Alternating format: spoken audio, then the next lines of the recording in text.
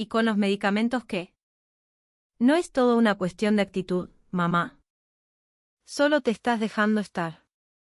Ese día, el día que mi hijo y mi nuera me dijeron eso, decidí, por primera vez en mis 76 años de vida, decir lo que realmente pensaba. Mi nombre es Amalia Gutiérrez y tengo 76 años. Vivo sola desde que mi esposo, Julián, falleció en un accidente en la Panamericana hace ya 3 años.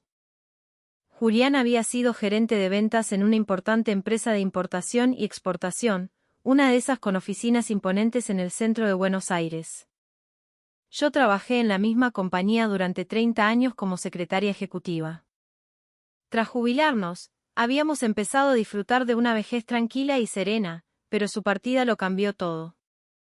Actualmente, mi vida se sostenía con una jubilación de 120.000 pesos al mes y los 2 millones de pesos que Julián me había dejado en una cuenta de ahorros. Era una vida modesta, sí, pero plena. Mi rutina era un ritual sagrado. Me levantaba a las 6 de la mañana, y mi día comenzaba regando las flores de mi pequeño patio en el corazón del barrio de Flores. Malbones y jazmines, las flores que Julián había plantado con sus propias manos, un recuerdo vivo de su amor. Cada mañana, el perfume del jazmín era como un buenos días susurrado desde el más allá. Después, iba al supermercado Coto del barrio, siempre buscando las ofertas de la mañana, eligiendo con cuidado las verduras de liquidación para preparar mi comida, una porción solitaria pero hecha con esmero. Las tardes las dedicaba a la lectura en la biblioteca del barrio o a tomar un cortado en una confitería con amigas de mi edad, mujeres que, como yo, navegaban los mares de la viudez y la soledad con la dignidad como único salvavidas. Era una existencia predecible, pacífica. De vez en cuando me permitía un pequeño lujo, comprar unas facturas en la panadería de la esquina, ir a la peluquería una vez al mes para mantener el corte, o darle unos pesos a mi nieto, Tiago, para sus gastos. Mi hijo, Martín, trabajaba como empleado administrativo en el gobierno de la ciudad. Su esposa, Valeria, había sido enfermera, pero dejó su profesión al casarse para dedicarse a ser ama de casa y criar a Tiago. Nuestra relación familiar era, o eso creía yo, sólida. Una vez al mes, venían a visitarme, llenando mi casa silenciosa con el bullicio de sus vidas. Pero todo ese equilibrio precario se derrumbó hace 2 años, en una tarde de otoño particularmente gris. El teléfono sonó, y era Martín. «Mamá, necesito hablar con vos de algo importante». Su voz sonaba más grave de lo habitual, desprovista de su usual ligereza. «¿Qué pasó, hijo? ¿Estás bien?», pregunté, sintiendo una punzada de preocupación en el pecho. «Es que me echaron del laburo», soltó, y sus palabras cayeron como piedras en el silencio de mi cocina. Me quedé helada. «Martín, un empleado público, despedido». El concepto me parecía ajeno, imposible. «Pero qué terrible, hijo». «No te preocupes, sos un hombre trabajador y responsable. Seguro que encontrás algo nuevo pronto», intenté animarlo, aunque mi propia ansiedad comenzaba a crecer. «Y, la verdad es que está difícil, mamá. Por ahora, voy a tener que arreglármelas con changas y trabajos temporales». «Bueno, pero si se esfuerzan juntos como familia, van a poder superarlo». «Sí, de hecho por eso te llamaba. Quería pedirte un favor. ¿Nos podrías ayudar con un poco de plata, aunque sea por un tiempo?». La petición me sorprendió. Martín, mi hijo de 52 años, pidiéndome ayuda económica. Jamás lo había hecho. «¿Cuánto necesitarían?», pregunté, con cautela. «Unos 80.000 pesos al mes». «Te juro que es temporal, mamá. En cuanto consiga un trabajo estable, te lo devuelvo todo». 80.000 pesos. La cifra resonó en mi cabeza. Eran 2/3 de mi jubilación. Era una suma enorme. Pero ver a mi hijo en apuros, a mi familia luchando como madre, sentí el deber de apoyarlos. «Está bien, Martín. Pero asegúrate de que sea algo temporal, por favor». «Claro que sí, mamá». «Gracias». ¿Nos salvás? Su voz, ahora teñida de un alivio palpable, me hizo sentir que hacía lo correcto. Después de colgar, saqué mi vieja libreta de cuentas y me senté a la mesa de la cocina. De mi jubilación de 120,000 pesos, si restaba 80,000, me quedarían 40,000. De eso, unos 20,000 se iban en servicios, luz, gas, agua, impuestos.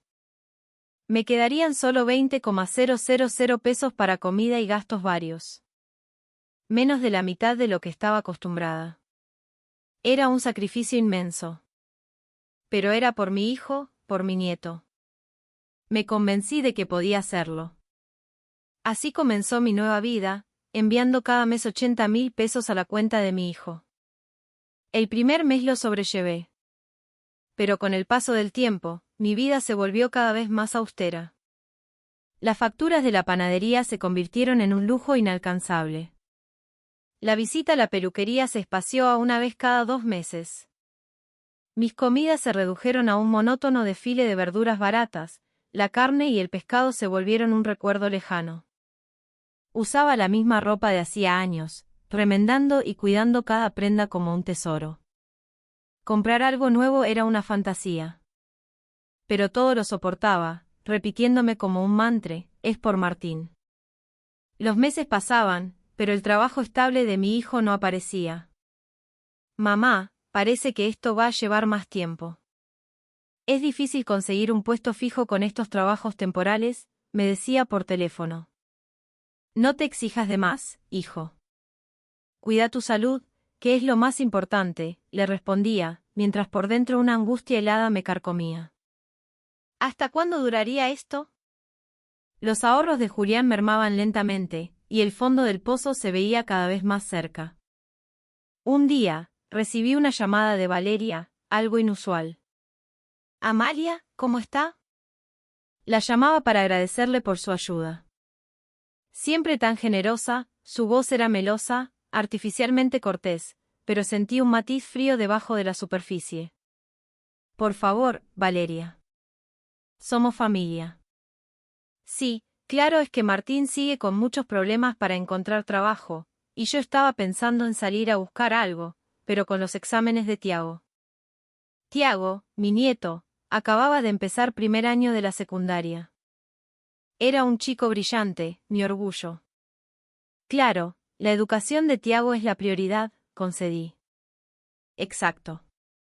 Por eso, pensaba que quizás podríamos abusar un poquito más de su generosidad. Sus palabras me dejaron un sabor amargo. Pero de nuevo, el pensamiento de mi nieto y su futuro me hizo ceder. Lo que no les dije era que yo tenía mis propias batallas. Sufría de hipertensión y diabetes, y los medicamentos me costaban casi 20.000 pesos al mes. Con los 40.000 pesos que me quedaban, pagar los remedios significaba que apenas me alcanzaba para comer. Aún así, apretaba los dientes y seguía adelante. Los meses que pagaba la farmacia, mi presupuesto para comida se reducía a menos de 10.000 pesos. Vivía con unos 300 pesos por día.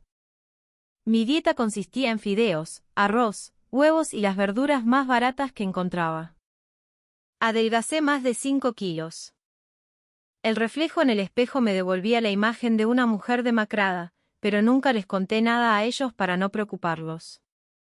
Cuando habían pasado 6 meses desde que comenzó la ayuda, mi salud se había deteriorado visiblemente. Había empezado a reducir la dosis de mi medicamento para la presión, y los mareos se volvieron frecuentes. Pero seguía callando. Un sábado, Tiago vino a visitarme solo. «Abuela, estás más flaca», me dijo con la honestidad brutal de los niños. Su observación directa fue como una puñalada. Él era el único que se había dado cuenta. «¿Te parece? ¿Será que estoy más saludable?» Le respondí con una sonrisa forzada, pero su rostro seguía lleno de preocupación. «Abuela, ¿estás comiendo bien?» «Claro que sí, mi amor. Vos no te preocupes por mí». La verdad era que me salteaba el desayuno para estirar el dinero. Solo cuando Tiago estaba conmigo me forzaba por actuar con normalidad, por sonreír, por aparentar que todo estaba bien. Pero él era un chico inteligente y percibía mi fragilidad. Abuela, si tenés algún problema, contame a mí, ¿sí? Que mi nieto de 12 años me dijera eso me llenó de una vergüenza profunda. Ajena a mi situación, Valeria me llamaba con frecuencia. Amalia, le quería comentar que para la cuota del club de Tiago vamos a necesitar un dinero extra este mes. Pero, Valeria, yo ya estoy al límite con los 80.000 pesos que les mando, le respondí con honestidad. El tono de su voz cambió al instante. Pero usted vive sola, no puede tener tantos gastos. Tengo los gastos de la casa, la comida y mis medicamentos. ¿Medicamentos? ¿Tanto gasta en eso? Pero si usted es joven todavía. Su incredulidad era ofensiva. Son unos 20.000 pesos al mes, para la presión y la diabetes. 20.000. ¡Qué barbaridad! Eso es carísimo. No probó con los genéricos. Son mucho más baratos. Yo ya usaba genéricos, pero no se lo dije. Ella continuó su ataque. Además, viviendo sola, la comida no debe ser un gran gasto. Nosotros somos 3, y tenemos que alimentar a un adolescente. Sus palabras me generaron una extraña inquietud. Si Martín trabajaba en Changas, ¿cómo es que ella hablaba con tanta ligereza, como si no estuvieran en una crisis? Después de esa conversación, tomé una decisión drástica: reduciría aún más mis medicamentos. Le mentí a mi médico de cabecera, le dije que andaba con problemas económicos y le pedí que me recetara lo mínimo indispensable. Amalia, es peligroso que no tome la medicación para la presión de forma continua, me advirtió el doctor Rossi, preocupado. Pero yo no veía otra salida. Es solo por un tiempito, doctor, le aseguré, aunque el miedo me carcomía por dentro. Mi salud empeoró, pero me repetía que podía soportarlo por mi familia. Sin embargo, mi resistencia tenía un límite. Al cumplirse un año del arreglo, tuve un gasto médico imprevisto. Un estudio de urgencia que no podía posponer. Ese mes, solo pude enviarle 60.000 pesos. Con manos temblorosas, llamé a Martín. Hijo, discúlpame, pero este mes solo pude juntar 60.000. Tuve que hacerme un estudio y el gasto fue mayor de lo que pensaba. Antes de que pudiera terminar, Martín me interrumpió, su voz cargada de una irritación que no se molestó en disimular. ¿Y por qué te haces estudios sin consultarnos? Seguro que son los médicos que te quieren sacar plata. Me quedé sin palabras. Que mi propio hijo me dijera algo así. Pero, Martín, es por mi salud. ¿Y con los medicamentos qué? No es todo una cuestión de actitud, mamá. Solo te estás dejando estar. La gente mayor siempre quiere ir al médico por cualquier cosa. Escúchame, el mes que viene manda los 80.000 como siempre, ¿entendiste? Nuestra vida depende de eso. Colgó sin darme tiempo a responder. Me quedé sola en el living, llorando en silencio. Después de todo lo que había hecho por él, ¿por qué me trataba así? Miré el retrato de Julián en la repisa. ¡Ay, Julián!, le susurré, en que me equivoqué. Al día siguiente, llamó Valeria. Amalia, disculpe a Martín por lo de ayer. Estaba un poco nervioso, su voz era una fachada de disculpa, pero su verdadero pensamiento no tardó en salir a la luz.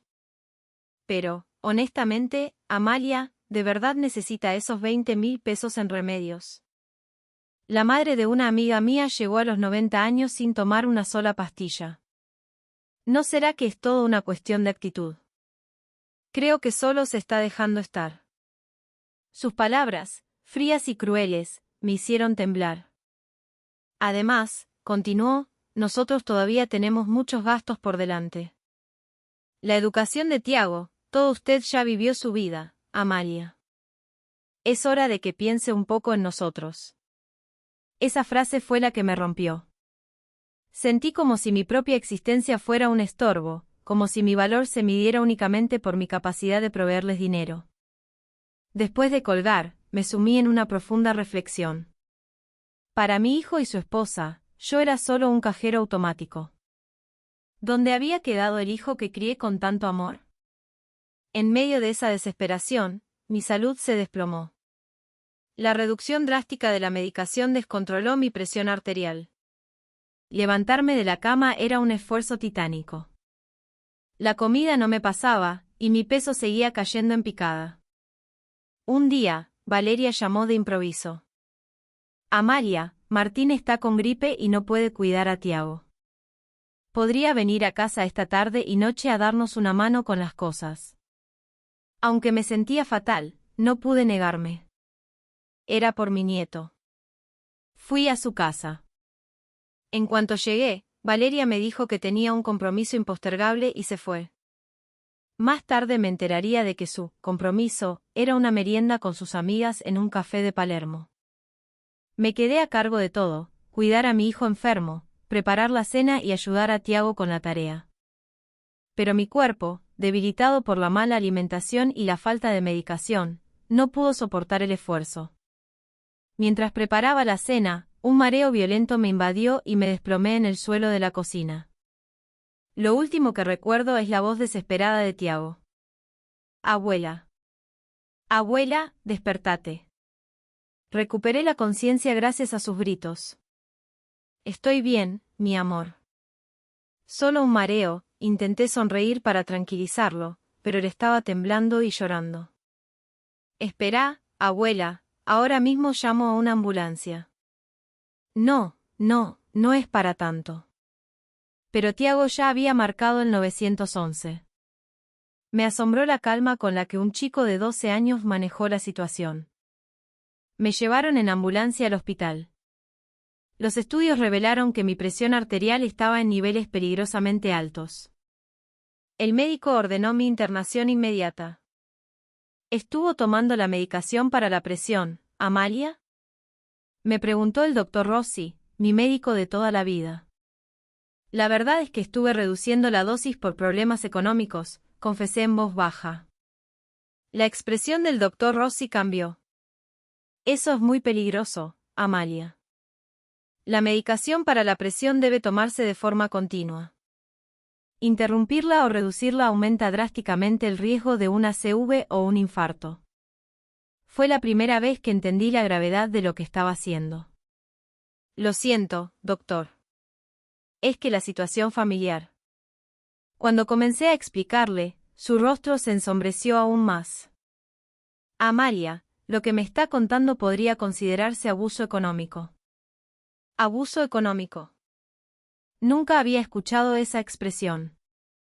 ¿Su familia está administrando su jubilación de manera indebida? Es cierto que le está dando 80.000 pesos por mes a su hijo. Me sorprendió que lo supiera, pero supuse que Tiago se lo había contado a los paramédicos. En ese momento, Martín y Valeria entraron en la habitación, con rostros de falsa preocupación. Nos llamó Tiago y vinimos volando, dijo Valeria, sin aliento. Martín se acercó a mi cama. Mamá, ¿estás bien?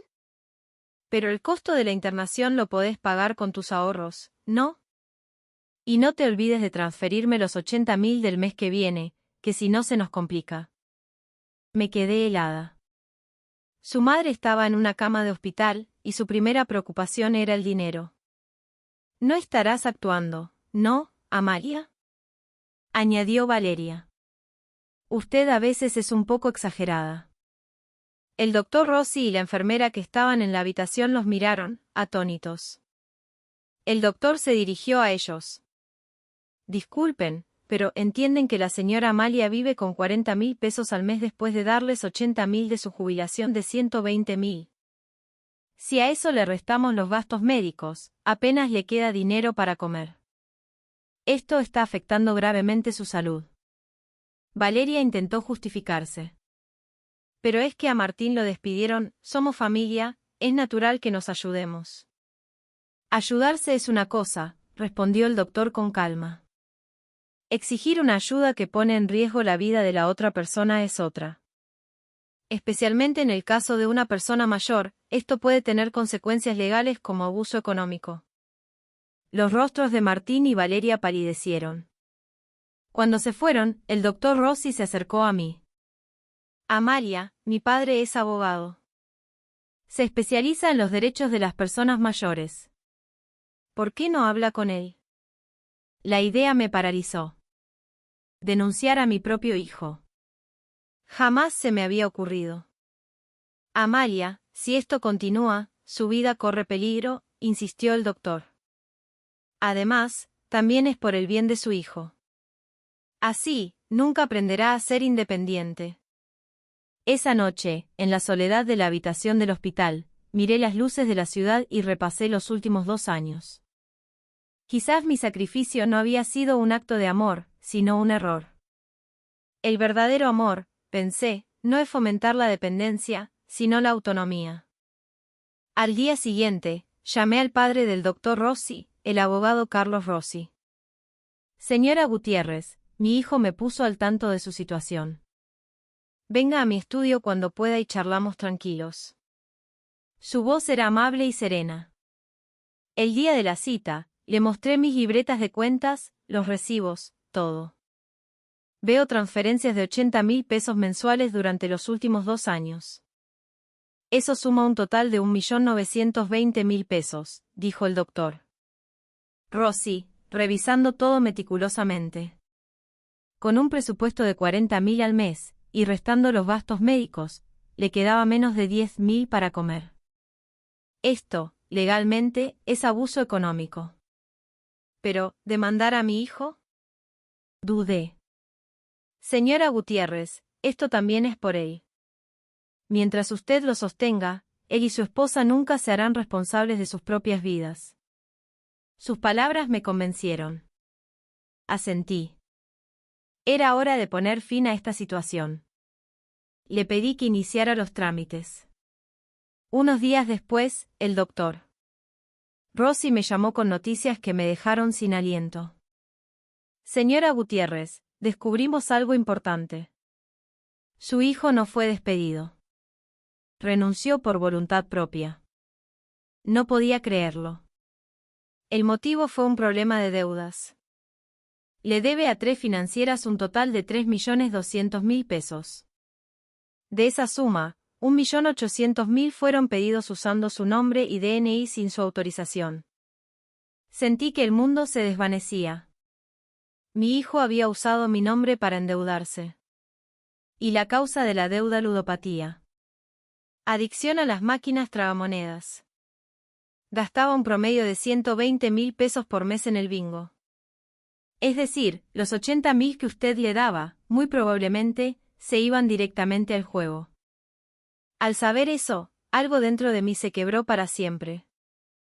El dinero que yo había sacrificado, arriesgando mi propia vida, se había fumado en una máquina. Señora Gutiérrez, tenemos que organizar una reunión con su hijo y su nuera, propuso el abogado. Y en ese momento, tomé una decisión. ¿Se acabó? No iba a permitir que me usaran más. Iba a recuperar mi vida. ¿Qué clase de amor era este que me consumía hasta el alma? En esa misma charla, el doctor Rossi me hizo una propuesta inesperada. Tengo un conocido, el señor Ferraro, que busca un consultor de empleo para personas mayores para su empresa. Vi su currículum. 30 años como secretaria ejecutiva en una empresa de primer nivel. Su experiencia es extremadamente valiosa. El señor Ferraro busca a alguien exactamente como usted. ¿Le gustaría conocerlo? La propuesta me encendió una chispa de esperanza. A mis 76 años, una oferta de trabajo. El día de la reunión llegó.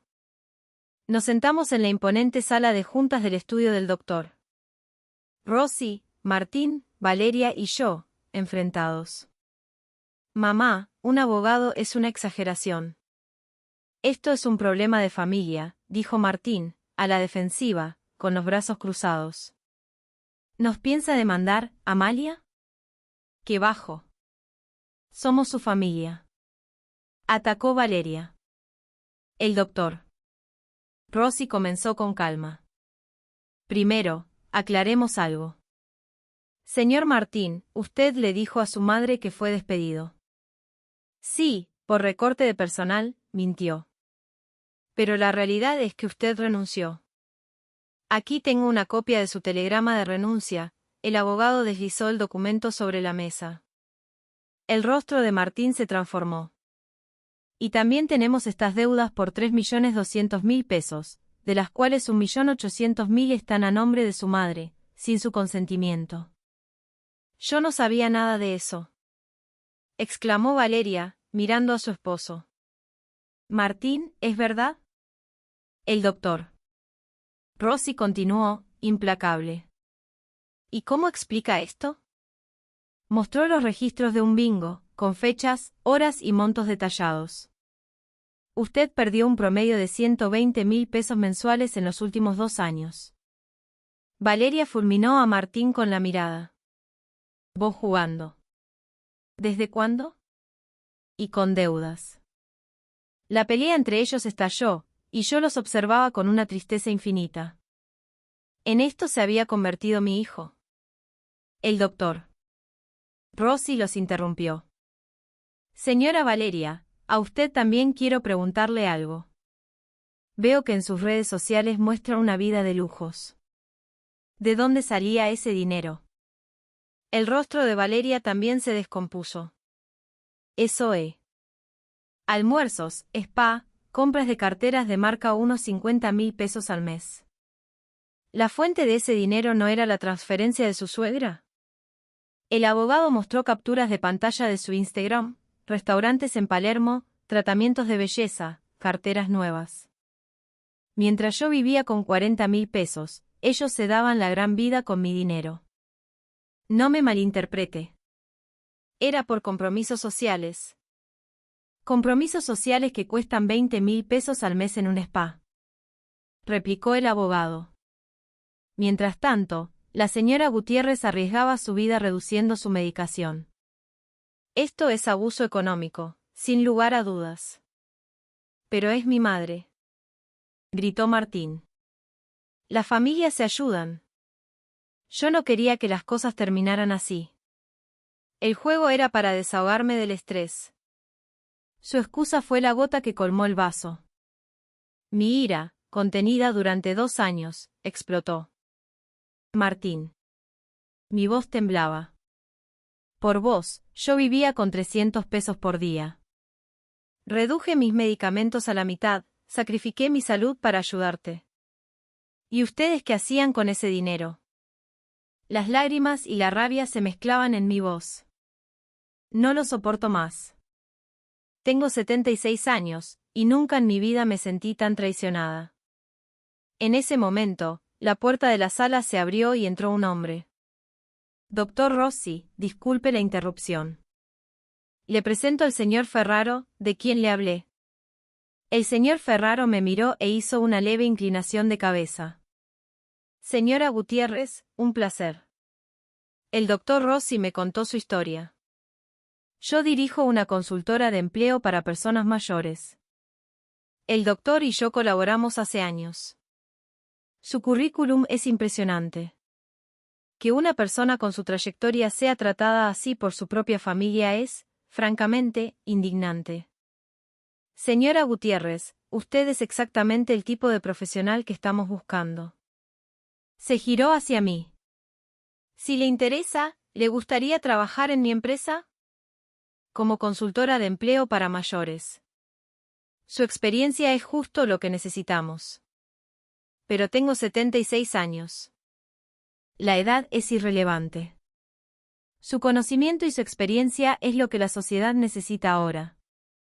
Me detalló las condiciones, un contrato como asesora por 250.000 pesos al mes, 3 días a la semana, de 10 de la mañana a 3 de la tarde. Incluso me ofrecían un departamento de la empresa, 2 ambientes a estrenar. Martín y Valeria me miraban con la boca abierta. Jamás imaginaron que yo podría ganar más del doble de lo que ellos me sacaban. ¿Qué me dice, señora Gutiérrez? Mi decisión estaba tomada. Acepto. Muchas gracias. Mamá, espera. Gritó Martín. ¿Y qué va a pasar con nosotros? Lo miré fijamente. Martín, ya tenés 52 años. Es hora de que te hagas responsable de tu propia vida. Pero tenemos a Tiago. Tiago es mi nieto y lo adoro. Pero me equivoqué al pensar que el amor se demuestra con dinero. Nos va a abandonar, Amalia. A su propia familia. Intentó Valeria. No los abandono. Los estoy empujando a ser independientes. Mientras sigan dependiendo de mí, nunca encontrarán la verdadera felicidad. El doctor. Rosy concluyó la reunión. Señor Martín, señora Valeria, primero deben resolver la deuda fraudulenta. Luego, prepararemos un plan de pago para devolverle el 1.920.000 pesos a la señora Gutiérrez. Y firmarán un acuerdo en el que se comprometen a no volver a exigirle dinero nunca más. A regañadientes, firmaron. Así, mi nueva vida comenzó. La larga batalla contra mi propia familia había terminado. Han pasado 8 meses. Hoy, trabajo como consultora en la empresa del señor Ferraro y me siento más viva que nunca. Vivo en un hermoso 2 ambientes en un edificio nuevo en Belgrano, a 5 minutos de la estación de subte. Entre mi sueldo y mi jubilación, mis ingresos suman 370.000 pesos al mes. Ya no tengo que preocuparme por los medicamentos, de hecho, ahora puedo pagarlos de mejor calidad. Trabajar 3 días a la semana y saber que mi experiencia es valorada por los empleados más jóvenes me llena de alegría. Gracias a usted, Amalia, estamos entendiendo los verdaderos problemas de la inserción laboral de los mayores, me dicen. Y yo siento, a mis 76 años, que todavía puedo ser útil. La vida de mi hijo y su nuera, por otro lado, se volvió muy dura. Martín está en tratamiento por su ludopatía y combina un trabajo de media jornada con changas de noche en un supermercado para pagar sus deudas. Apenas gana 150.000 pesos, de los cuales 100.000 se van en el pago de los préstamos. Valeria consiguió trabajo como cajera en un supermercado. Con su sueldo de 80.000 pesos, ya no puede permitirse los lujos de antes. Sus publicaciones en redes sociales cesaron. A veces Martín me llama para pedirme dinero, pero mi respuesta es siempre firme. Lo más importante es que aprendas a valerte por vos mismo. Esa deuda la creaste vos, y vos la tenés que pagar. Valeria también lo intentó un par de veces. Amalia, aunque sea un poquito. Valeria, la interrumpo, son adultos. Reconstruyan su vida con sus propias fuerzas. Yo ya no soy su billetera. Pero la mayor alegría es mi relación con Tiago. Viene a visitarme a mi nuevo departamento todos los fines de semana. Abuela, me saqué un 10 en matemática, me cuenta, radiante. Y yo siento una felicidad pura. Él sabe lo de las deudas de su padre y ha aprendido el valor del dinero. Abuela, voy a estudiar mucho para ser un adulto que pueda mantener a su familia. Y te juro que nunca, nunca, voy a apostar como papá. Sus palabras son mi esperanza en el futuro. A veces le doy dinero para sus gastos, pero ahora lo hago desde el amor puro de una abuela, no desde la obligación. Gracias, abuela. Pero a mí me gusta más estar con vos que la plata. Hace poco, recibí una llamada larga de Valeria. Amalia, ¿cómo está? Su tono era completamente diferente, humilde, arrepentido. Quería pedirle perdón. Le dije cosas horribles. Me sorprendió. Empecé a trabajar y entendí lo difícil que es ganar el dinero. El trabajo de cajera es agotador, 8 horas parada. Ahora entiendo el sacrificio que usted hizo por nosotros. Su voz se quebró. Ya pasó, Valeria, le respondí con calma. Ahora tienen que construir su propia felicidad. Háganlo por Tiago. Colgué y me quedé mirando el atardecer desde mi balcón. A mis 76 años, recuperé mi dignidad y mi independencia. Durante mucho tiempo creí que mi felicidad consistía en sacrificarme por mi familia, pero descubrí que cuidarme a mí misma era igual de importante. Cuando mis compañeros de trabajo más jóvenes me dicen, ¡qué genia, Amalia, empezar algo nuevo a los 76, yo les respondo, la edad no importa. Si querés hacer algo, siempre es el momento de empezar. Ahora tengo un objetivo claro: ayudar a otras personas mayores en mi misma situación. Quiero que sepan que siempre se puede empezar de nuevo.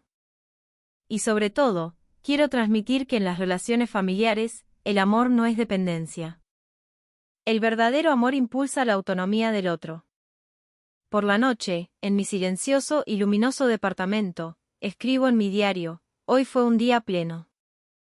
76 años y un nuevo comienzo. Todavía queda mucho por delante. Afuera, las luces de Buenos Aires brillan. Y siento que mi vida, como esas luces, ha vuelto a brillar. Ya pasaron 3 años desde entonces. Hoy tengo 80 años, pero sigo trabajando como consultora. El proyecto que lideré ha crecido a nivel nacional. Hemos ayudado a más de 500 adultos mayores a reinsertarse en el mercado laboral. Amalia, su proyecto es una contribución enorme a la solución de un problema social, me dijo hace poco un funcionario del Ministerio de Trabajo. Hablo con Martín una vez al mes. Su tratamiento va bien, y ahora trabaja como consejero en un centro comunitario para adictos al juego. Mamá, perdón por todo, me sigue diciendo. Ya pasó, hijo. Pero ver que ahora te sostenés por vos mismo me confirma que mi decisión fue la correcta, le respondo. Valeria está estudiando para ser auxiliar de geriatría mientras trabaja en un hogar de ancianos. Y Tiago, mi querido Tiago, está en el secundario y quiere ser trabajador social. Abuela, quiero ayudar a la gente como vos. Pero mi principal objetivo es ser un adulto que nunca le cause problemas a su familia. Hace poco, una editorial me propuso escribir un libro con mi historia. ¿Qué le parece el título? Una nueva vida a los 80, me sugirió el editor. Si mi experiencia puede ayudar a otros, por supuesto que lo haré. La vida se puede reiniciar en cualquier momento. La edad es solo un número. Si uno se valora a sí mismo y vive con dignidad, siempre se abrirá un nuevo camino. Ese es el mensaje